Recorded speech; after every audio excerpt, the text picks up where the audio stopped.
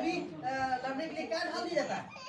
गोली दिया जाता है नहीं दिया जाता है कि जैसे ही दुश्मन अटैक करे तुम क्या करना, उसको क्या करना, इस्तेमाल करना और बचाव करना।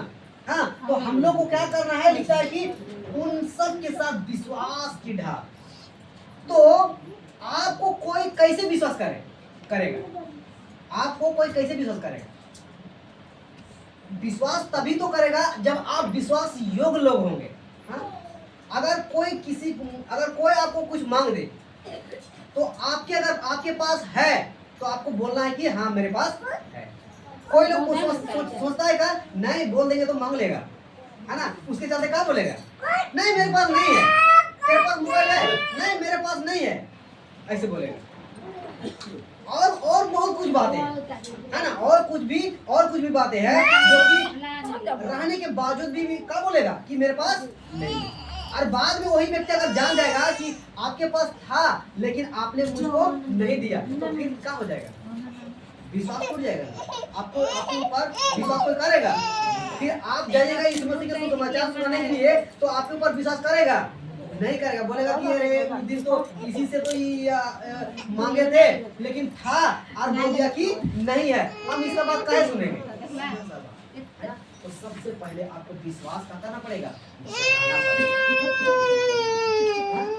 विश्वास जगाना पड़ेगा, तब जाके आपकी बातों को कोई सुनेगा, तब जाके आपको मानेगा, है ना, नहीं तो ऐसे नहीं। तो इसीलिए बोलता है कि विश्वास के ढाल लेकर स्थिर रहो, जिसमें तुम उस जूस के सारे जलते हुए तीरों को क्या कर सको, बुझा सको, है ना। विश्वास ऐसा लेके चलना है कि चाहे सामने भी अगर गलती, गुनाह, पाप, बुराई दिखाई दे, फिर भी आप उसमें शामिल नहीं हो सकते। आपको उससे इनकार करना पड़ेगा, और कब इनकार करना पड़ेगा, और कब इनकार कर पाओगे? जब उस विश्वास में मजबूत रहोगे तबे ना। हाँ, मजबूत रहोगे तबे उससे बच पाओगे, नहीं तो नहीं। हाँ? आज मसीहत में कैसा चल रहा है पता है? बाइबल चल तो जा रहे हैं, बाइबल तो पढ़ रहे हैं, सभा में तो शामिल हो रहे हैं, लेकिन उसके अंदर विश्वास नाम का चीज है ही नहीं, वचन नाम का चीज है ही नहीं, ये सारे सत्य का वचन है ही नहीं, धार्मिकता का झिलम है ही नहीं, पाँव में मेल का सुसमाचार है ही नहीं। जब ऐसी स्थिति, ये सारी चीज नहीं रहेगा, तो संसार में पाप और बुराई इन सारी चीजों से बच पाएगा? नहीं बच पाएगा। यही वजह है कि मसीह लोग क्या हो रहे, नहीं बच पा रहे। और यही वजह है कि लोग पाप में जा रहे हैं। मसीह तो है लेकिन पाप में जा रहे हैं। जब मसीह में होकर पाप में जाएंगे तो वो स्वर्ग पहुंच पाएगा? नहीं पाएगा। नहीं पाएगा। उससे क्या पता चल रहा है कि वो दौड़ तो रहा है लेकिन सही तरीके से नहीं, वचन के हिसाब से नहीं दौड़ रहा। हाँ, चलिए हम लोग आगे पढ़ते हैं। इसी का 17 वचन पढ़िए, इसी 6 का 17। और उधार का टोप और आत्मा की तलवार रुकेगा। हाँ, आत्मा की तलवार, रुकिए, आत्मा की तलवार, हाँ, आत्मा की तलवार, हाँ, वो तलवार बोल रहा है क्या? हाँ, एकदम वो तलवार लेकर आना है, जहाँ कोई मिलना है एकदम खचाक से चला देना है, ऐसा है क्या? हाँ, तो क्या लिखा है? आत्मा का तलवार जो हाँ परमेश्वर का वचन है, क्या करो, ले लो। हम लोग को डंडा की जरूरत नहीं है, तलवार की जरूरत नहीं है, गोली बारूद की जरूरत नहीं है, बड़ा बड़ा बाम की जरूरत नहीं है, एक वचन ही काफी है। हालेलुया, एक वचन ही काफी है। बातें ऐसी करो जो सत्य हो, जिसमें सच्चाई हो, ऐसा बात करोगे ना, एक वचन ही काफी है। बड़ा सा जंगल को जलाने के लिए एक माचिस का तिल्ली ही काफी होता है कि नहीं होता है? कि सब तरफ आग लगाना पड़ता है। एक जगह आग लगा दीजिए ना, एक चिंगारी खड़ी मार दीजिए, पूरा जंगल जल के खत्म हो जाएगा। वैसे ही मेरे प्रियो, अगर आपके अंदर, हाँ, आपके अंदर कौन कौन सा होगा? हाँ, परमेश्वर के सारे हथियार रहेगा, है ना। सत्य से अपनी कमर कसकर, धार्मिकता का झिलम पहनकर, और पाँव में मेल का सुसमाचार का जूते पहनकर, है ना, विश्वास का ढाल, ये सारी चीज अगर रहेगा ना, तो आप अगर एक वचन ही सही बात को, सही शब्द को रख दीजिएगा ना, लोग का हो जाएगा, विश्वास में आ जाएगा, विश्वास में आ जाएगा। सबसे पहले आपको तैयार रहना पड़ेगा। आप खुद तैयार नहीं रहिएगा तो आपके बात को कोई विश्वास करेगा? नहीं करेगा मेरे प्रियो, है ना? नहीं करेगा। परमेश्वर इतना सत्य है, परमेश्वर इतना पवित्र है कि एक एक शब्द बोलते गया और ये पृथ्वी मानते गई। सत्य में इतना ताकत है, इसको बोलेंगे सत्य में इतना ताकत है। परमेश्वर का सत्य नहीं होता तो बोलते जाता और बनते जाता क्या? नहीं। अब ठीक है, चलो बनते भी जाता, अगर सत्य नहीं रहता ना तो स्थिर रहता भी नहीं। लेकिन परमेश्वर सत्य है, पवित्र है, इसलिए जो जो बोलते गया वो बनते गया, और जब बनते गया वो अभी भी टिका हुआ है। वो जब तक आज्ञा नहीं देगा विनाश होने के लिए तब तक वो काम होते रहेगा, टिका हुआ है। लेकिन लूसीफर का, शैतान का जो झूठ है, जो अपवित्र है, वो घृणित है, वो कुछ भी बोल देगा, वो हो तो जाएगा लेकिन हमेशा के लिए स्थिर नहीं रहेगा। एक दिन उसको क्या किया जाएगा? अंत किया जाएगा। खुद शैतान को खत्म किया जाएगा तो उसका बात रहेगा, उसका चीज रहेगा नहीं रहेगा। तो हमको क्या करना है? लिखता है उद्धार का टोप और आत्मा की तलवार जो परमेश्वर का वचन है ले लो। तो हम सब वचन को पकड़ना बहुत जरूरी है, वचन को सीखना बहुत जरूरी है, वचन को लेकर चलना बहुत जरूरी है। वचन को हम कब ले चलते? वचन को कब ले चलते? अगर कोई बोल दिया कि चलो हमको वहाँ चोरी करने जाना है, हाँ बूट चोरी करना है, मटर चोरी करना है, पैसा चोरी करना है, कोई आपको बोल देगा चलो हमको चोरी करने जाना, तो आप क्या करिएगा? फट से चल जाएगा। अरे मटर अच्छा है, टमाटर अच्छा है, मकई अच्छा है, ये वो दिस दैट अच्छा है, चलो हमको चोरी करके खाएंगे, मजा आएगा। ऐसा फट से दौड़ के चल जाएगा। मसीह होकर वो जब फट से चल जाइएगा तो सोचे कि आपके अंदर वचन नहीं है। वचन क्या बोलती है? चोरी करना पाप है, घात करना पाप है, लड़ाई झगड़ा करना पाप है, दारू पीना पाप है। हाँ, संसारिक वस्तु जो पाप के दायरे में आता है वो सारी चीजें क्या है? उससे जैसे कोई बोलता है कि चलो हम चोरी करना है, चोरी करने जाना, तो आपको क्या करना है? नहीं, चोरी करना पाप है। ऐसा बोलेगा ना तब जाके पता चलेगा कि आपके अंदर वचन है। तब जाके अगला लोग भी बोलेगा कि ये तो गलत चीज में शामिल नहीं होता है, हमेशा सच्चाई की बातें करता है, हमेशा पवित्रता की बातें करता है, तबे तो आप अलग दिखोगे, तबे तो बोलेगा कि हाँ ये लोग यीशु मसीह के लोग हैं, परमेश्वर के लोग हैं। परमेश्वर के लोग लड़ाई झगड़ा नहीं करता है, पाप बुराई नहीं करता है, तब ना आप लोगों को अच्छा बोलेगा। तब ना आप लोग कभी कुछ बोलेगा तो आप लोग बोल सकते हैं कि हम लोग लड़ाई झगड़ा नहीं करते, हम लोग चोरी नहीं करते, हम लोग दारू नहीं पीते, हम लोग दारू पी के रोड में नहीं गिरते हैं, तभी ना बोलिएगा। नहीं तो अगर वैसे ही करिएगा तो आप लोग बोल पाइएगा, अगला को सिखा पाइएगा? नहीं सिखा पाइएगा। चलिए हम लोग आगे और वचन को हम लोग देखेंगे, है ना? इफिसी का पुस्तक 6 अध्याय वचन 11, है ना? उसी का 11 वचन को पढ़ेंगे जी। इफिसी का पुस्तक 6 अध्याय वचन 11। हाँ, परमेश्वर के सारे हथियार को क्या करो? बांध लो कि तुम शैतान की युक्तियों के खड़े रह सको। हाँ, रुकेगा। लिखता है कि परमेश्वर के सारे हथियार बांध लो कि तुम शैतान की युक्तियों के सामने क्या कर सको? खड़े रह सको। हम लोग देखे ना पिछले वचन, पीछे में, है ना? ये सब चीज को जो परमेश्वर का वचन बतलाती है, इन सब को क्या करना है? बांध लेना है। क्यों बांध लेना है? ताकि लिखता है कि ताकि तुम शैतान की युक्तियों के सामने खड़े रह सको। शैतान की युक्ति क्या है? योजना क्या है? हाँ, उसका रणनीति क्या है? हाँ, आज तो इतना भयंकर चल रहा है ना इसका कि मत पूछिए। हाँ, ये अपना रणनीति फिर बैठाते जाता है, एक से एक, है ना? हाँ, बहुत सारा रणनीति, है ना? मोबाइल से, हाँ, टीवी से, आपके आस पड़ोस से, आपके समूह से बहुत सारा युक्ति ये निकालते रहता है ना? निकालते रहता है। विश्वासी में भी ये फूट डलवाता है। हाँ, अरे वो ऐसा है, वो ऐसा है, वो ऐसा है, ऐसा झूठ का, है ना?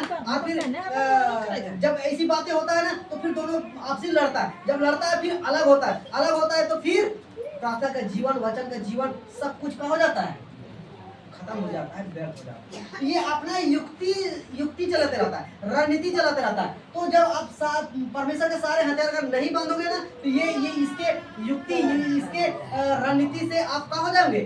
फंस जाइएगा। और उसकी रणनीति क्या है? हाँ, उसकी रणनीति ये है, क्या करना है, चोरी करवाएगा, लड़ाई कराएगा, दारू पिलवाएगा, हाँ, पिक्चर दिखवाएगा देखने के लिए बोलेगा, फिर शादी ब्याह हो या फिर मेला झेला हो, इस सब चीजों में सांसारिक गानों में नाचने का मन करवाएगा, है ना। आपके दोस्ती यारी से, आपके अड़ोस पड़ोस से बोलेगा चलो नाच लेंगे, थोड़ा सा नाच लेंगे तो क्या होगा, हाँ, थोड़ा सा झूम लेंगे तो क्या होगा, ऐसा कर यही करवाएगा, हाँ? आपको पता तक नहीं चलेगा कि ये कुछ ऐसा काम करवा रहा है, हाँ? शैतान ऐसे बड़ा सा सिंग लगा आता है, नहीं आता, आपके पड़ोस से ही बातें करवाएगा और क्या करेगा, लड़वाएगा। तो जब तक आप परमेश्वर के हथियार नहीं बांध लोगे तब तक इसके सामने खड़ा नहीं रह सकते। पागल चल, मान चलिए बॉर्डर में लड़ाई होता है, हाँ, लड़ाई होता है, अगर आर्मी सैनिक खाली हाथ खड़ा रहे वो रक्षा कर पाएगा? दुश्मन जैसे अटैक करेगा वो लड़ पाएगा? वो तो अपना प्राण तक नहीं बचाने पाए। क्यों? क्योंकि उसके दुश्मन के पास सब कुछ है ना, ऐसा चीज है कि उसके पास वो सोच नहीं सकता है, क्योंकि दुश्मन अटैक करने आता है ना, तो ऐसी चीजों को लेकर आता है ताकि अगला को पता ना हो, ऐसा लेके आता है। वैसे ही शैतान भी क्या करता है, हम लोग के पास ऐसी वस्तु को लेकर आता है कि हम लोग को समझ में नहीं आता है, कैसे फंसाता है, कैसे बजाता है, कैसे पाप में गिराता है, आपको पता तक नहीं चलेगा। लेकिन मेरे प्रियो, अगर परमेश्वर के हथियार को बांध के दौड़ोगे, परमेश्वर के हथियार को बांध के लेके चलोगे, आप क्या कर सकते हो, उसको हरा सकते हो, आप विजय हासिल कर सकते हो। चलिए 12 वचन पढ़िए। हाँ, क्योंकि हमारा यह मल युद्ध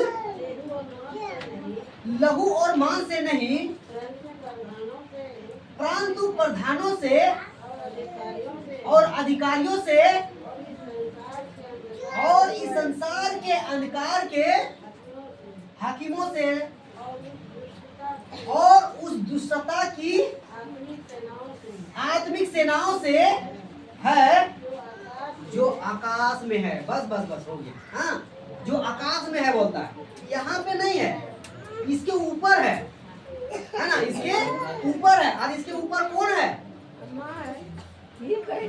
इसके ऊपर शैतान है आकाश में, हमारा परमेश्वर तो स्वर्ग में है। लेकिन ये जो मध्य आकाश है ना, इस मध्य आकाश में ये लूसीफर है, ये मध्य आकाश से ही हम सबको अपना काम करवाता है ना, लड़ाई झगड़ा, मारपीट, गाली गलौज, हाँ, विभिन्न प्रकार की पाप बुराई एक ही चीज करवाता है। इसलिए बोलता है क्योंकि हमारा यह मलयुद्ध लहू और मांस मतलब हम लोग का, अभी बताया ना, तलवार से, बंदूक से, बम, गोला बारूद से, ये सबसे लड़ाई हम लोग का नहीं है। हम लोग का लड़ाई तो लिखता है प्रधानों से और अधिकारियों से और इस संसार के अंधकार के शासकों से और उस दुष्टता की आत्मिक सेनाओं से। ये दुष्ट है, हाँ, कौन दुष्ट है? लूसीफर दुष्ट है, शैतान दुष्ट है, और इसका सेना भी है ना, बहुत सारा सेना है, ये अकेले नहीं है ना, ये अकेला नहीं है, ये बहुत है।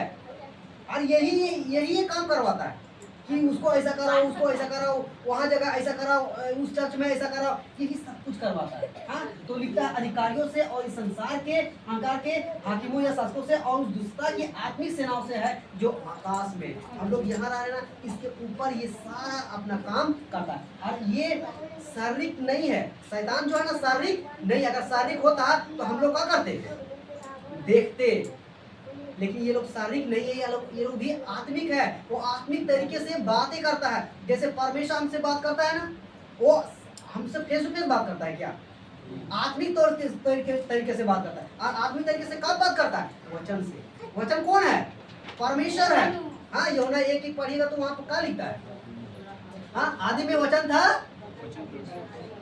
वचन क्या था? परमेश्वर था। तो वही वचन से तो हम लोग से बात कर रहा है ना, वो हमसे फेस टू फेस बात कर रहा है का? नहीं, वचन से बात कर रहा है।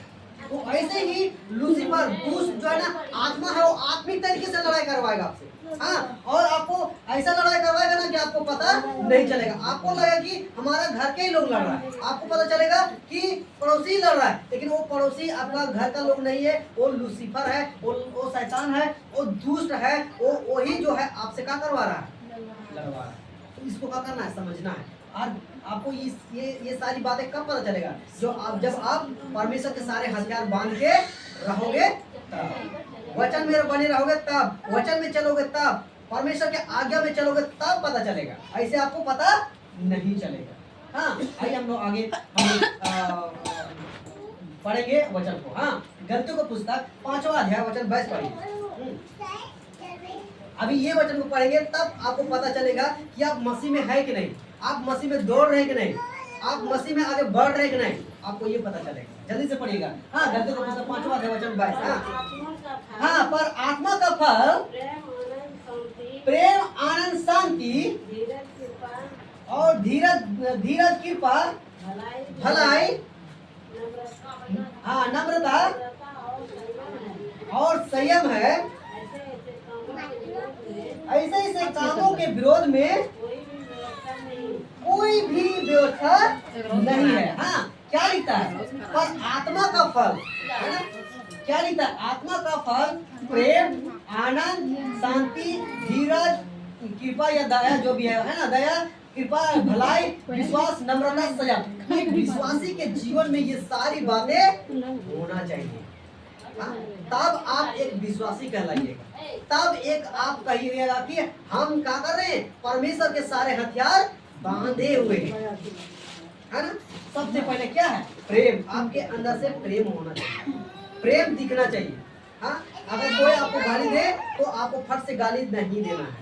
कोई आपसे अगर लड़ाई झगड़ा कर रहा है तो फट से आपको लड़ाई झगड़ा नहीं करना। ये प्रेम को दर्शाता है, प्रेम को दर्शाता है। आगे लिखता है आनंद। आनंद भी मनाना चाहिए। आनंद कब मनाना चाहिए? जब आपके पास धन संपत्ति खूब जोर से है तब आनंद मनाना चाहिए। आपके पास 5 तला का बिल्डिंग होगा तब आनंद मनाइएगा नहीं।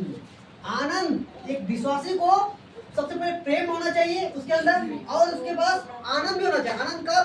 आनंद आपके पास अगर खाने पीने के वास्तु थोड़ा ही है ना, उसी में संतुष्ट करके आनंद मनाना चाहिए। अगर आपके पास साइकिल है ना, साइकिल में ही खुश रहना चाहिए। आपको बाइक है, गाड़ी है, उसी में अगर उतना ही है ना तो उसी में आनंद होना चाहिए। ये नहीं सोचना चाहिए कि हम मेरे पास बड़ा बड़ा गाड़ी होना चाहिए था, बड़ा बड़ा घर होना चाहिए था और ढेर सारा पैसा होना चाहिए तब हम खुशी आनंद मनाएंगे। ऐसा है क्या?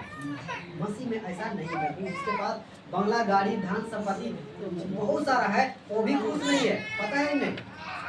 वो तो सबसे ज्यादा डरा हुआ है ना? क्यों डरा हुआ रहता है? क्योंकि उसको पता है मेरे पास इतना धन संपत्ति है, कब चोर घुस जाएगा और चोरी कर लेगा, कब बंदूक सटा लेगा और हमसे छीन लेगा। लेकिन जिसके पास नहीं है वही सबसे अच्छा बेफिक्र सोता है। हाँ? आप जाइए सड़कों में, भिखारी मिलेगा। भिखारी लोग कितना अच्छा, कुछ भी नहीं है लेकिन चैन से सोता है। वो जहां भी मिल गया वहां भी सो, उसको कुछ टेंशन नहीं का। खाली एक वक्त का, एक दिन का एक वक्त का रोटी मिल जाता है ना, उतने में संतुष्ट और मस्त हो जाता है, उसको कोई लेना देना नहीं। लेकिन जिसके पास ज्यादा पैसा है ना वो सबसे ज्यादा टेंशन में रहता है। हाँ, सबसे ज्यादा टेंशन में रहता है। इसलिए मेरे प्रिय मसीह में हम सबको जितना है उतना में संतोष करना चाहिए और उसी में आनंद मनाना चाहिए। और फिर लिखा है शांति। शांति भी होना चाहिए। दूसरी चीजों की लालच नहीं करना चाहिए। आपको जितना है उतने में शांति बनाए। और इधर धीरज। धीरज का मतलब क्या है? आपको प्रतीक्षा करना है, धीरज धर के रहना है, चाहे दुख हो, परेशानी हो, समस्या हो, कुछ भी हो, आपको घबराना नहीं है, बल्कि क्या करना है? धीरज धरना। फिर क्या लिखा है? दया। आपके अंदर दया भी होना चाहिए। अगर कोई गरीब है, दुखी है, कोई मुसीबत में है, परेशानी में, समस्या में है, तो आपके अंदर ताकत है, आपके अंदर अगर सहायता करने का ताकत है तो आपको क्या करना चाहिए? मदद करना चाहिए। आज देखते हैं ना, बहुत लोग के पास पैसा तो बहुत है लेकिन गरीबों को मदद करने वाला नहीं है। मेरे प्रियो, आज पैसा की कमी नहीं है। आज चाहे हमारा देश हो, चाहे हमारा पूरा वर्ल्ड हो, पैसा का कमी नहीं है। हाथ बढ़ाने वाला रहेगा तब तो गरीबी नहीं रहेगा। आज गरीबी रहने का सबसे वजह क्या है? गरीबी होने का सबसे बड़ी वजह क्या है? लोग अपना ही देखना चाहता है, अपने ही धन संपत्ति को बढ़ाना चाहता है, यही वजह गरीबी। आपसे काम करवाएगा, लेकिन जो मजदूरी है, जितना जितना देना चाहिए उतना आपको नहीं देगा, बल्कि उतना से और कम देना चाहेगा। ऐसे ही अगर रहेगा तो गरीबी बढ़ेगा नहीं बढ़ेगा? आपको यही वजह है कि क्या कर रहा है, बढ़ रहा है गरीबी। आज का मजदूरी कम से कम मिनिमम कितना होना चाहिए? कम से कम 500-600 होना चाहिए, नहीं होना चाहिए? लेकिन किसी का काम कर दीजिएगा 8 घंटा 10 घंटा, लेकिन बोलेगा कि अरे 300 में का काम होता है, 300 लेना है तो लो, नहीं तो जाओ, ऐसे बोल देगा। बताइए ऐसा होगा तो गरीबी बढ़ेगा नहीं बढ़ेगा? आज जिसके पास पैसा बच रहा है, बहुत बच रहा है, वो अमीर होते जा रहा है, लेकिन फिर भी टेंशन, और उसके अंदर दया नाम का चीज नहीं होता है। तो मेरे प्रियो, हम सब के पास जितना है उतना में कारण है खुश रहना है, आनंद रहना है, और दया का भावना रखना है, फिर भलाई करना है, फिर विश्वास भी बना रहना। एक विश्वास एक मसीह में विश्वास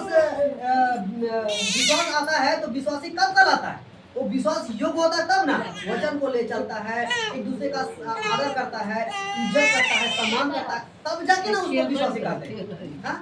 उसके अंदर ना वचन है, ना किसी के भरोसे के लायक है, ना गुण है, उसको विश्वासी कहेंगे? ऐसे ही मसीहत में बाहर में आपको बहुत मिलेगा, है ना? तो बाहर के लोग जैसा आपको चलना नहीं है, आपको वचन के हिसाब से चलना है और विश्वास योग्य चलना है, तब आप विश्वासी कहलाइएगा। और नम्रता होना चाहिए, नम्रता होना चाहिए आपके अंदर, है ना? ये नहीं कि कुछ भी कोई बोल दे तो तुरंत गुस्सा में आ जाए और बस शुरू हो जाए। ऐसा नहीं करना, हमें नम्रता, संयम रखना चाहिए। अभी हम लोग पढ़े ना, पहलवान क्या करता है? संयम करता है, संयम करता है, हर चीज को वो नहीं करता। आज संसार में बहुत सारे चीज को लोग करता है, हम हर चीज को कर सकते हैं क्या? नहीं कर सकते। जो पाप है, जो बुराई है, जो घृणित काम है, उन सब को क्या करना है? छोड़ना है। उसको क्या करना? संयम रखना है, एक विश्वासी का। और फिर लिखता है, ऐसे कामों के विरोध में कोई भी व्यवस्था नहीं। ऐसा काम करने के लिए कोई रोकेगा क्या? आप प्रेम दिखाइए, आनंद दिखाइए, शांति दिखाइए, धीरज दिखाइए, दया दिखाइए, भलाई दिखाइए, विश्वास दिखाइए, नम्रता दिखाइए, संयम दिखाइए, ये सब चीज करिएगा, आपको कोई रोकेगा क्या? सच बोलने के लिए कोई रोकेगा क्या? हमारा परमेश्वर, हमारा खुदा इन सब चीज का आज्ञा देता है कि तुम यही सब चीज करो। जब ये सब चीज करोगे ना, एक सच्चा विश्वासी कहलाओगे। आज जब ये चीज करोगे ना, तो आप हर बुरी परिस्थिति में, हर बुरा वक्त में आप क्या कर सकते हो? सामना कर सकते हो। हम लोग पीछे पड़े ना, किधर गया? हाँ, यही चीज नहीं। और उन सब के साथ विश्वास की ढाल लेकर स्थिर रहो, जिसमें तुम कुछ दूर के सब जलते हुए तीरों को बुझा सकते हो। जब वो बुरा दिन आएगा तो क्या कर सकते हैं? आप क्या कर सामना कर सकते हैं। हाँ, तो ये सब चीज आप सबके अंदर होना चाहिए। आपको विश्वासी में लड़ाई नहीं होना चाहिए, आपके अड़ोस पड़ोस में ऐसा लड़ाई झगड़ा नहीं होना चाहिए, बल्कि ये सारी चीजें आपके गुण दिखना चाहिए। यही तो है पहनावा, ओढ़ावा, चाल चलन, बोली वचन, रहन सहन, ये सारी चीज अच्छी चीजों को, गुण को प्रकट करती है। और जब ये ऐसे चीज को ले चलते हैं ना, तो सोचिए आप सही दौर में, सही तरीके से दौड़। चलिए आगे हम लोग पढ़ते हैं और वचन को, है ना? गलतियों का पुस्तक 5वां अध्याय वचन 24 को जी जल्दी से पढ़िएगा। गलतियों का पुस्तक 5वां अध्याय वचन 24 पढ़िए। हाँ, और जो मसीह यीशु के हैं, उन्होंने शरीर को उसकी लालसाओं और अभिलाषाओं समेत क्रूस पर चढ़ा दिया है। हाँ, 25। यदि हम आत्मा के द्वारा जीवित हैं तो आत्मा के अनुसार चले। विशेषता है कि जो मसीह यीशु के हैं, उन्होंने शरीर को उसकी लालसाओं और अभिलाषाओं समेत क्रूस पर चढ़ा दिया। ये लालसा और अभिलाषा क्या है? लालसा और अभिलाषा क्या है? आज संसार में यही सब चल रहा है ना। पिक्चर देखना, फिर भी गाना सुनना और नाचना गाना और बहुत सारा पाप, बुराई, गाली गलौज, लड़ाई झगड़ा, दारू हारी, ये सारी चीज सब कर रहा है। तो ये सब चीज क्या है? लालसा है। और ये क्या है? अभिलाषा है। मोबाइल आपके हाथ में है, आपको कहाँ लगा? अरे थोड़ा सा पिक्चर देख लेते, अरे थोड़ा सा सीरियल देख लेते, थोड़ा सा गाना देख लेते, आपको ऐसा इच्छा लगता है।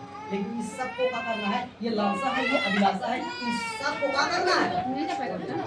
हम विश्वास में आए हैं, बपतिस्मा लिए हैं, और बपतिस्मा किस लिए है, किस लिए लिए, हम हर पाप हर बुराई को क्या करने के लिए, छोड़ने के लिए ना लिए हैं, इसलिए जब छोड़ने के लिए लिए हैं तो हम सारे लालसाओं अभिलाषाओं समेत क्रूस पर क्या कर दिए, चढ़ा दिए। हमको विश्वास में आने के बाद, हाँ, बपतिस्मा लेने के बाद हम सबको ऐसा बुरा चीज, पाप का चीज हमको क्या करना है, नहीं करना है।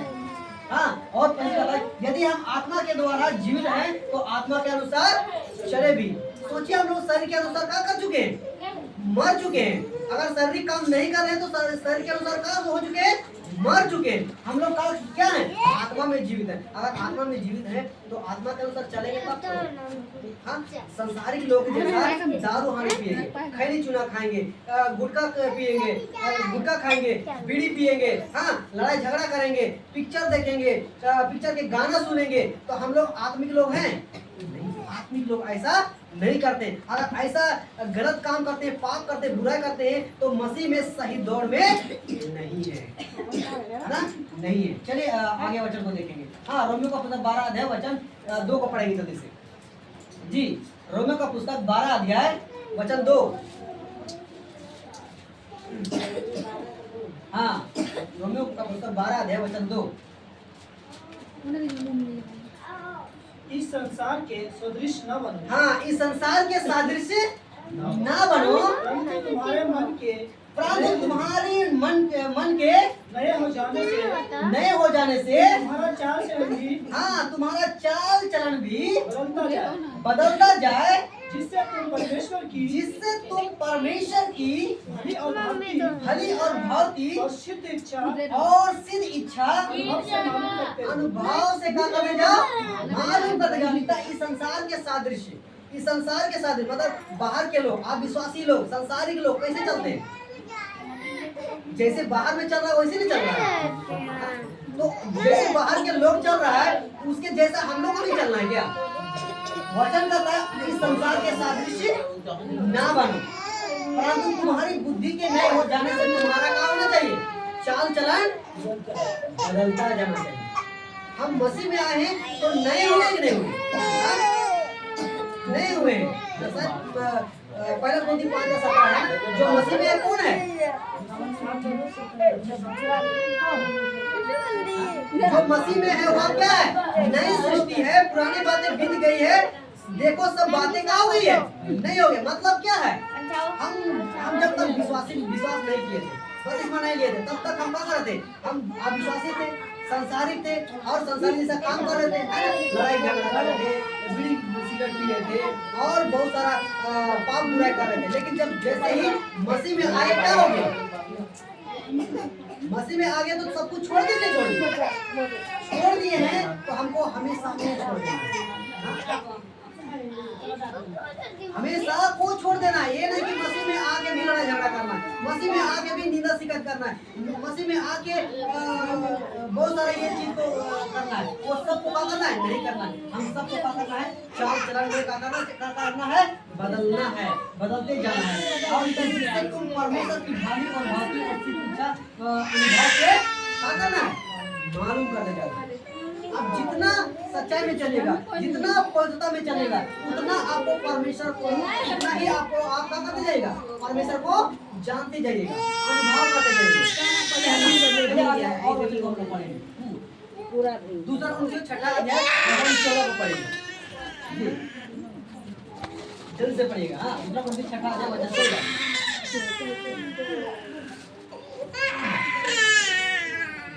विश्वासियों के साथ असमान जुए में ना जुटो। हाँ, आप विश्वासियों के साथ असमान जुए में ना जुटो, क्योंकि धार्मिकता और अधर्म का क्या मेल जोल, हाँ, क्योंकि धार्मिकता और अधर्म का क्या मेल जोल, या ज्योति और अंधकार की क्या या ज्योति और अंधकार की क्या संगति, और मसीह का बलिहाल के साथ क्या लगाओ। हाँ, और मसीह का बलिहाल के साथ क्या लगाओ, या विश्वासी के साथ अविश्वासी का क्या नाता, या विश्वासी के साथ अविश्वासी का क्या नाता, हाँ रुकेगा, हाँ लिखा है कि आप विश्वासों के साथ आसमान जो में मतलब क्या है, आप विश्वासी हैं, बाहर के लोग अविश्वासी है, वो लोग परमेश्वर को नहीं जानते हैं, यीशु मसीह को नहीं जानते हैं, आप जानते हैं नहीं जानते, आप जानते हैं, लेकिन वो लोग जैसा चलते हैं वैसा आपको चलना नहीं है। वो लोग गाड़ी बक सकता है, उन लोग के लिए चलता है, लेकिन आपके लिए नहीं चलेगा। अगर आप भी ऐसा करते हैं तो मसीह में रह के कोई फायदा नहीं है। वो लोग गाली गलौज करते हैं, आप नहीं कर सकते, वो लोग मूर्ति पूजा करते हैं, आप नहीं कर सकते।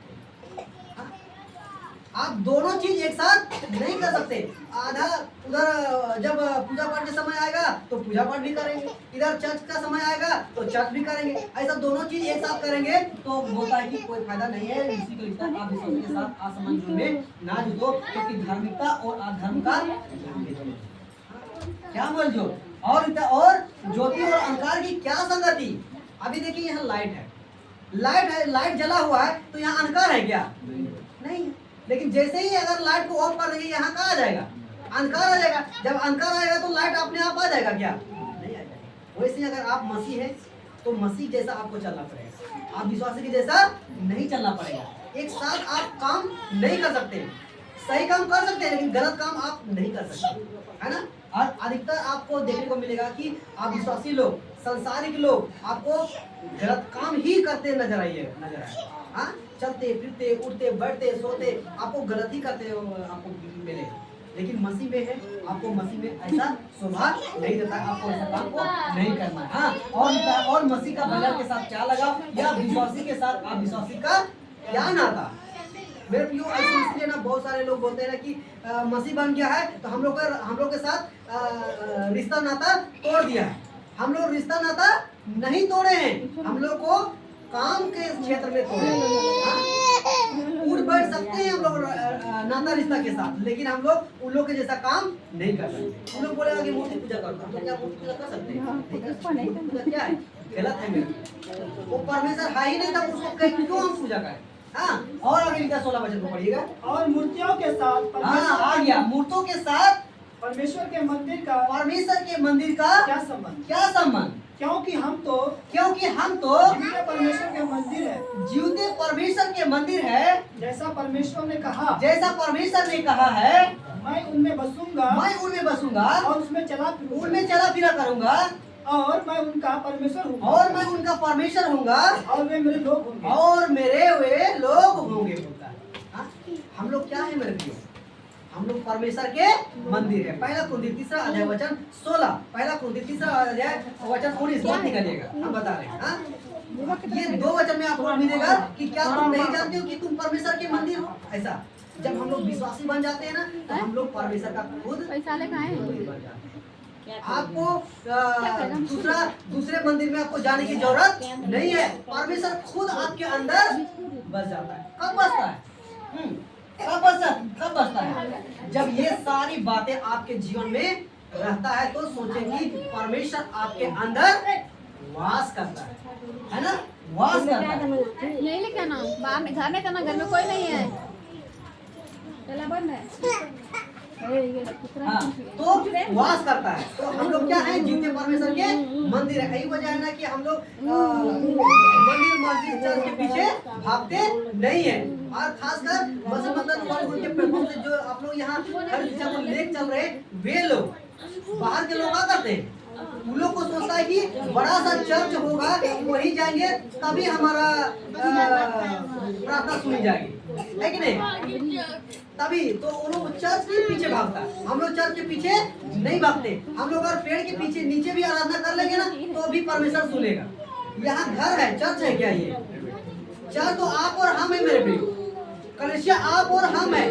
हाँ, ये घर कोई चर्च नहीं है। हम लोग कहीं भी उठ बैठ के प्रार्थना विनती और धन्यवाद दे सकते हैं, वचन पढ़ सकते हैं, सीख सकते हैं, सिखा सकते हैं, है ना। ये चीज है।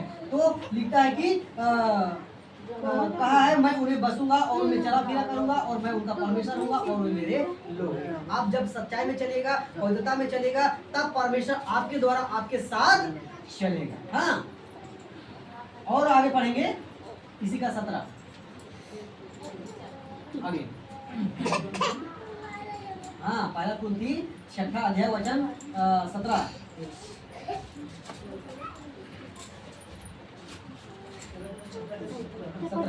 और जो प्रभु की संगति में रहता है वह उनके साथ एक आत्मा हो जाता है। हाँ, इस क्या क्या कहता है? और जो प्रभु की संगति में रहता है हाँ, वह उसके साथ एक आत्मा हो जाता है। वही है। अच्छा, दूसरा को दीजिए है, मतलब हम पढ़ रहे थे उसी का 17 है ये। हाँ, 14, 15, 16, 17 लोग लाइन से पढ़ रहे हैं ना। हाँ, हाँ।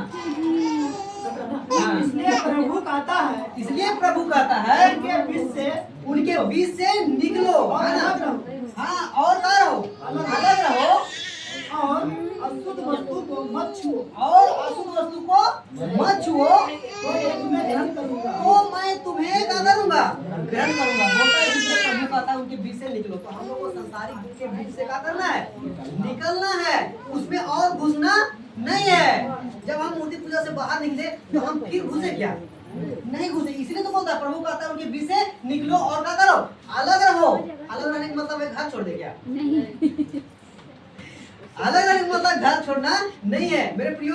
हमारे ही परिवार में हो सकता है कि आपका माँ बाप विश्वासी ना हो, आपका भाई विश्वासी ना हो। जैसे मैं, हमारे घर में हमारा माँ बाप, हमारा भाई बहन भाभी लोग विश्वासी नहीं है, तो क्या हम घर छोड़ दे क्या? नहीं, भाई उसको जो करना है वो करे, हमको जो करना है करे। उसको तो सच्चा परमेश्वर के बारे में नहीं मालूम है, लेकिन हमको तो मालूम है ना। हाँ? अगर वो सच्चाई के प्रति अगर घर से निकाल देना चाह रहा है ना, खुशी खुशी निकल जाओ, है ना? खुशी खुशी निकल जाओ। अगर घर के लोग और बहुत ज्यादा विरोध कर रहा है, अगर सच्चाई के लिए, सच्चा परमेश्वर में जाने के लिए अगर बहुत विरोध कर रहा है, घर से निकालने बोल रहा है ना, हम तो कहते हैं कि निकल जाओ। निकलने के लिए तैयार है? यस में जवाब देना है। अरे घर से तो निकाल देगा, घर से नहीं निकाल देगा, परिवार से निकाल देगा, समाज से निकाल देगा, लेकिन हमको अनंत काल के राज से कोई निकाल देगा? वो शरीर में है, अभी श्वास चल रहा है, वो धमकी दे रहा है कि घर से निकाल देंगे, समाज से निकाल देंगे, बाहर निकाल देंगे, लेकिन मरेंगे एक दिन आपसी देखेंगे, है ना? उस दिन आपको लगेगा यही मेरा माँ है, यही मेरा बाप है, यही हमको घर से निकाला था। और जब उस दिन जब परमेश्वर उसको उस अनंत काल के जीवन से निकाल देगा ना, तब पता चलेगा अरे हम अपने ही घर वाला को निकाल दिए। काश हम उसका बात को मान लेते और काश हम उसके साथ चलते, काश हम उसकी बातों में मान के सच्चा परमेश्वर के पीछे चलते, आज हम साथ में उस अनंत काल के जीवन काल में प्रवेश करते और बिताते। इस कितना दिन, 60 साल, 70 साल, 80 साल मुश्किल से ना, हमको 80 साल ना तकलीफ होगा। 80 साल के बाद वहां हमेशा के लिए तो नहीं तड़पेंगे ना। 80 साल और अनंत काल फर्क है नहीं? फर्क है। हो सकता है 80 साल के पहले ही टपक जाए, मरने वाला का कोई गारंटी नहीं है कि हम 80 साल जिएंगे। हो सकता है 25 साल 30 साल में ही मर जाए। तो 30 साल में ही घर से छोड़ के जीवन बिताना है या फिर हमेशा के लिए नरक में जीवन बिताना? हाँ? उससे अच्छा हम भाई 30 साल 40 साल 80 साल को ही छोड़ के चल जाए। हाँ? रास्ता भटकते रह जाए, उसे हमको कोई नहीं, लेकिन सच्चाई को कभी छोड़ना नहीं है ना। सच्चाई को कभी छोड़ना नहीं है। आज हमको घर से निकाल देगा, लेकिन वो स्वर्ग राज से अनंत काल के जीवन से कोई हमको बाहर नहीं निकाल सकता। इसीलिए मेरे प्रियो, परमेश्वर के सही रास्ते में हमको डट के खड़े रहना है। तो और लिखा है कि उनके बीच से निकलो और अलग रहो और अशुद्ध वस्तु को मत छुओ, तो मैं तुम्हें ग्रहण करूंगा। परमेश्वर आपको कब ग्रहण करता है? जब आप अशुद्ध वस्तु को नहीं छूते, जब अशुद्ध वस्तु को आप नहीं करते, तब आपको परमेश्वर ग्रहण करता है। आप दोनों चीज को साथ साथ करिएगा, पाप भी करिएगा और बाइबल भी पढ़िएगा, पाप भी करिएगा, वचन भी पढ़िएगा, पाप भी करेगा, संगति भी करिएगा, तो परमेश्वर आपको ग्रहण नहीं करेगा। आपको दोनों में से एक ही करना है। हाँ, आप नदी पार कर रहे हैं, 2 गो नाव रख लिए, आप ऐसे करके खड़ा रहिएगा, जाने पाइएगा? गिर जाइएगा, पार होने नहीं पाएगा। आपको एक ही नाम में न पार रखना होगा। तो इसीलिए मैं या तो संसार में या तो परमेश्वर में। तो आगे और पढ़ेगा 18 वचन को। और मैं तुम्हारा पिता हूँ, और मैं तुम्हारा पिता होगा, और तुम मेरे बेटे और बेटियां होंगे। तुम मेरे बेटे बेटियां होंगे। यह सर्वशक्तिमान प्रभु परमेश्वर का वचन है। वचन है। हाँ? जब हम अशुभ काम नहीं करते, हाँ? जब हम पाप बुराई नहीं करते हैं तो परमेश्वर ग्रहण करता है और बोलता है कि तब तुम्हारा पिता होगा। यानी हम सब का पिता कौन है? परमेश्वर है। और उनका हम सब का होंगे बेटा बेटी होंगे। रोमियो और रोमियो का 8:14 पढ़िएगा जल्दी से। इसलिए कि हाँ, इसलिए कि जितने लोग परमेश्वर के आत्मा के चलाए चलते हैं, इसलिए कि जितने लोग परमेश्वर के आत्मा के चलाए चलते हैं वही परमेश्वर के पुत्र हैं। वे ही परमेश्वर के पुत्र हैं। किधर जाए? हाँ? तो परमेश्वर के आत्मा के अनुसार चलना है या फिर शैतान के आत्मा के अनुसार चलना है? परमेश्वर के आत्मा के अगुवाई से। और परमेश्वर के आत्मा के अगुवाई का चलने का मतलब है आपके अंदर प्रेम होना चाहिए, धीरज होना चाहिए, कृपा होना चाहिए, भलाई करना होना चाहिए, दया होना चाहिए और बहुत सारा चीजों के हम लोग देख चुके हैं, है ना? देख चुके। और हम सबको अशुद्ध वस्तुओं से अलग रहना है, नहीं छूना है। तब जाके परमेश्वर हमको क्या करेगा? ग्रहण करेगा। तब जाके हम सब परमेश्वर के पुत्र कहलाएंगे। नहीं तो परमेश्वर के पुत्र नहीं कहलाएंगे। हाँ, आप देखते हैं कि कैसे दौड़ता है। हाँ, आप देखिए फिलिपियों 3:12 जल्दी से देखिएगा। हम लोग लास्ट की ओर आए और हम लोग 5 मिनट हम लोग लेंगे समय को, है ना? फिलिपियों का पुस्तक 3 अध्याय वचन 12 को पढ़िए जल्दी से। फिलिप्पी 3:12। हाँ, यह मतलब नहीं कि मैं पा चुका हूँ, मैं पा चुका हूँ या सिद्ध हो चुका या हूँ, सिद्ध हो चुका हूँ, पर उस पदार्थ को पकड़े और उस पदार्थ को पकड़ने के लिए ये दौड़ा चला जाता हूँ, उस जिसके लिए मसीह यीशु ने मुझे पकड़ा पकड़ा था। और उसको भी एक समय था पाप बुराई घृणित काम किया। हाँ, उसका अगर स्टडी करिएगा तो। हाँ, और वो यीशु और उस खुद बोलता है कि सबसे बड़ा हत्यारा तो मैं था। वो विश्वासों को मारता था, सताता था, मौत के घाट उड़ाता था। लेकिन जैसे ही यीशु मसीह पौलुस को चुनता है तो क्या करता है? ऐसा दौड़ लगाता है मसीह में कि इसीलिए बोलता है यह मतलब नहीं कि मैं पा चुका हूँ या सिद्ध हो चुका हूँ, पर उस पदार्थ को पकड़ने के लिए दौड़ा चला जाता हूँ जिसके लिए मसीह यीशु ने मुझे पकड़ा। आप सबों को भी यीशु मसीह पकड़ा है। क्या किया है? यीशु मसीह आप सबों को भी पकड़ा है। आप सबों को भी पकड़ा इसलिए तो यहाँ बैठे हैं। अगर आप लोगों को नहीं पकड़ता तो यहाँ बैठते, बाहर कहीं जाते, कुछ घूमते फिरते, खाते पीते, मौज करते कि नहीं करते? लेकिन यीशु मसीह ने आप लोगों को भी पकड़ा है। तो पकड़ा है तो उसके अनुसार चलना है या फिर संसारिक जैसा चलना है? उसके अनुसार चलना है ना? उसके अनुसार चलना है। और आप आगे देखिए उसी का फिलिप्पी का पुस्तक 3 वचन 14 पढ़िए। फिलिप्पी का पुस्तक 3 वचन 14। निशाने की ओर दौड़ा, हाँ, निशाने की ओर दौड़ा चला जाता हूँ ताकि वह इनाम पाऊं जिसके लिए परमेश्वर ने मुझे मसीह यीशु में ऊपर बुलाया है। हाँ, लिखता है कि निशाने की ओर। हम सब का निशाना क्या है? हम सब का निशाना क्या है? अरे फोटो को भी देख के थोड़ा सा बोल सकते हैं। हाँ, ये क्या है? स्वर्ग है। हम लोग का निशाना, हम लोग का फोकस क्या है? स्वर्ग है। इस संसार में धन दौलत कुछ नहीं है। हम लोग घर बंगला गाड़ी के लिए दौड़ नहीं रहे हैं। ये घर एक दिन खत्म हो जाएगा। ये घर क्या? ये पृथ्वी खत्म हो जाएगा तो ये घर का काम है। जहाँ भूकंप होता है ना, अच्छा बिल्डिंग गिर जाता है, एक दिन ये पृथ्वी हिलाया जाएगा ऐसे करके। प्रकाश पढ़िएगा तो पता चलेगा। एक लिखता है कि एक दिन आकाश की शक्तियों को क्या किया जाएगा? हिलाया जाएगा। और चंद्रमा, सूरज और जितने भी ये क्या है, क्या बोलते हैं उसको? ग्रह, है ना? ग्रह बोलते हैं ना। ये सब कुछ एक पत्ता की जैसे, जैसे आम का पत्ता या कोई भी पेड़ है, उसको हिलाते हैं तो कैसा पत्ता गिरता है। उसी जैसा एक दिन परमेश्वर आकाश की शक्तियों को क्या करेगा? हिला देगा। जब हिलाएगा तो पृथ्वी स्थिर रहेगा? गिर जाएगा। इस पृथ्वी जब गिर जाएगा, ये हमारा घर रहेगा, हमारा धन संपत्ति रहेगा, हमारा बंगला गाड़ी रहेगा? नहीं, कुछ नहीं रहेगा। लेकिन ये स्वर्ग राज हमारे लिए हमेशा के लिए स्थिर रहेगा। हालेलुया। तो हम सब का निशाना क्या है? स्वर्ग है, ना कि सोना चांदी हीरा मोती। तो इसलिए बोलता है निशाने की ओर दौड़ा चला जाता हूँ ताकि वह इनाम पाऊं। हमारा इनाम तो हमारा इनाम क्या है? स्वर्ग है। तो इस स्वर्ग को पाना है कि नहीं आप लोग? अगर पाना है तो सही दौड़ लगाना है। हाँ, इसलिए निशाने की ओर दौड़ा चला जाता हूँ ताकि वह इनाम पाऊं। मसीह यीशु में ऊपर बुलाया है, हम लोग को ऊपर से बुला रहा है परमेश्वर। तो ऊपर बुला रहा है तो हमें क्या करना है, सही निशाना के लिए दौड़ना। अगर क्या बोलते हैं, गुलेल जानते हैं, गुलेल जानते हैं, जानते हैं। वो एक शिकारी क्या करता है, गुलेल से चिड़िया मारता है तो वो क्या करता है, सही निशाना लगाता है एक आंख से, है ना। एक आंख से देखता है ना, तब जाके वो सीधा देखता है। दोनों आंख से देखेगा ना तो पता नहीं कंफ्यूज हो सकता है। तो वो क्या करता है, एक आंख बंद करके देखिएगा, निशानेबाज वाला जो गेम होता है वो क्या करता है, एक आंखें बंद कर लेता है सिर्फ, और एक आंख से गोली चलाता है ताकि सही निशाना लगे।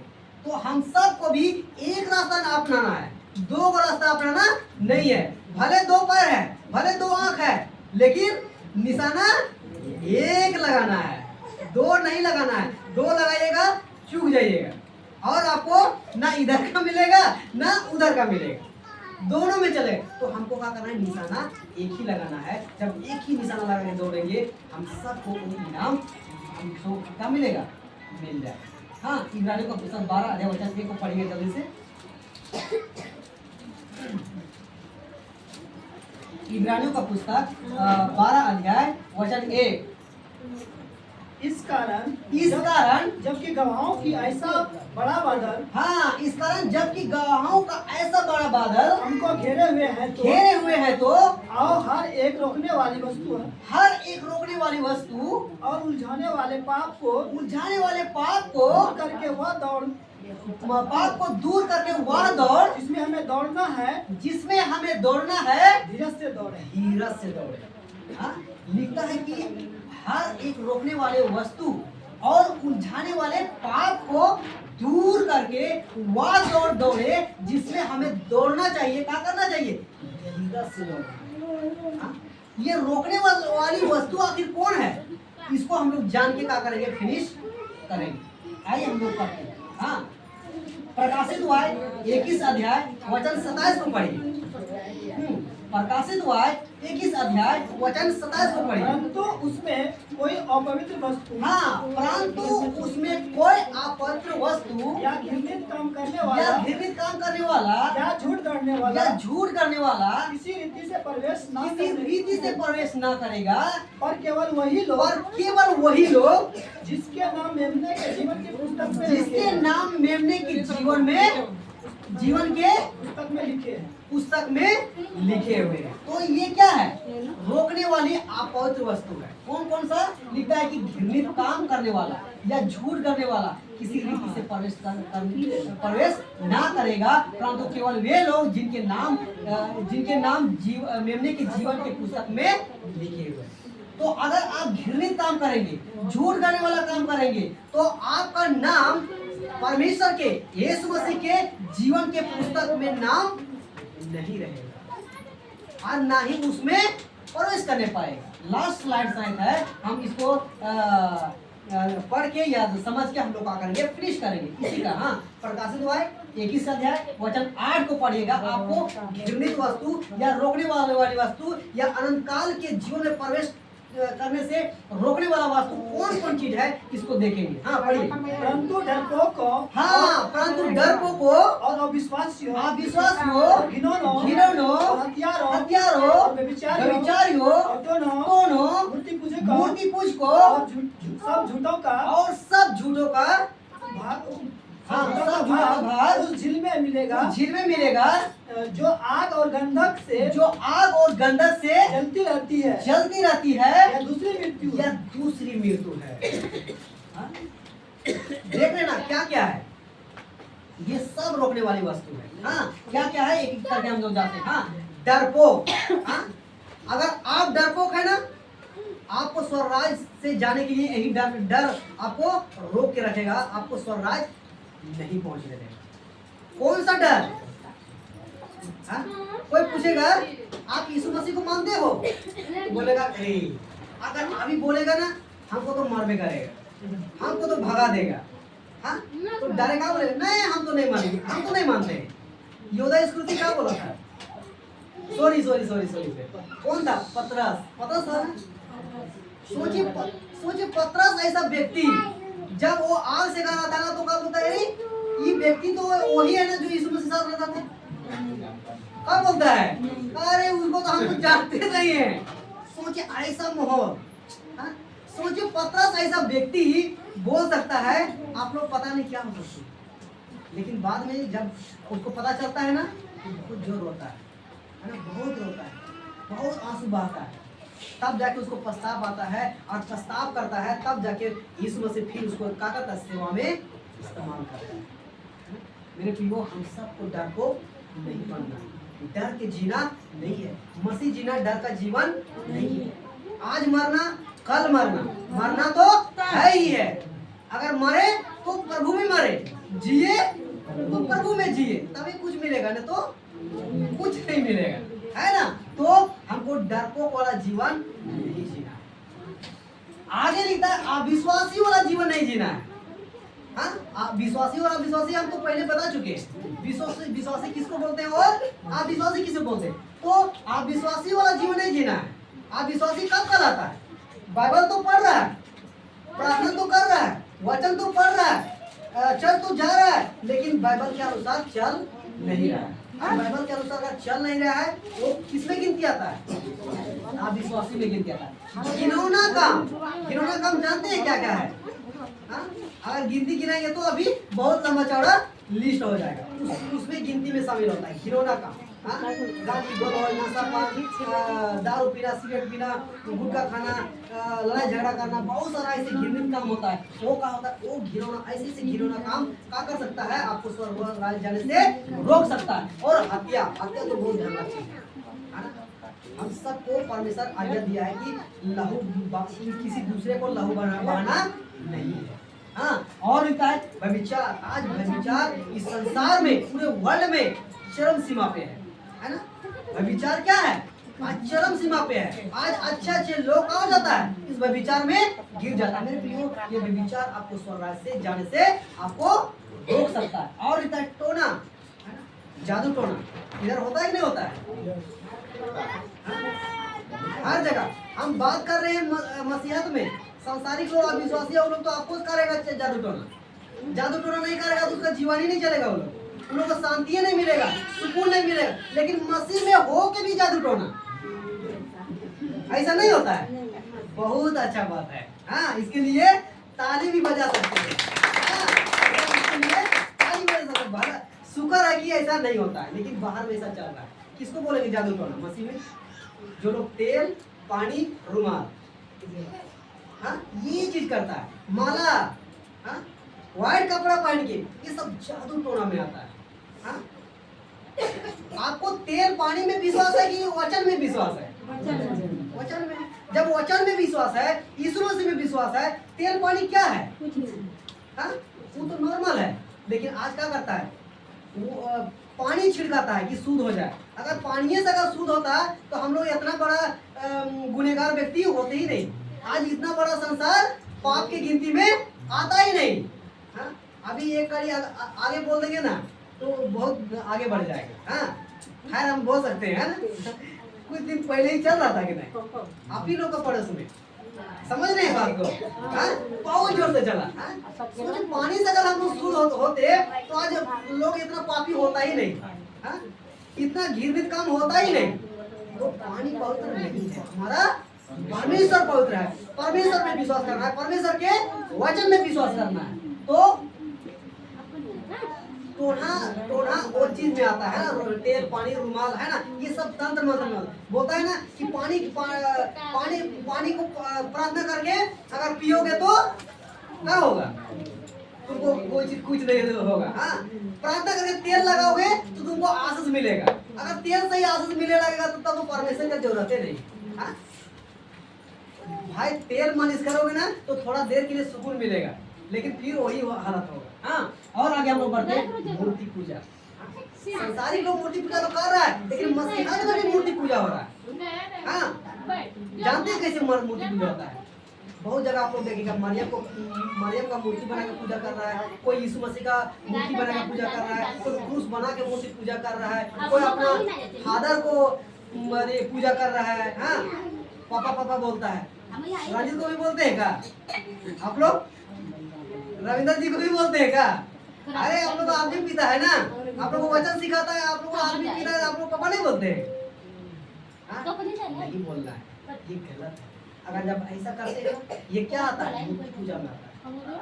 आप परमेश्वर की आज्ञा को टाल रहे हैं, आप परमेश्वर की आज्ञा के विरोध जा रहे हैं। आपको ऐसा करना नहीं है। ये सब का किसमें आता है, मूर्ति पूजा में आता है।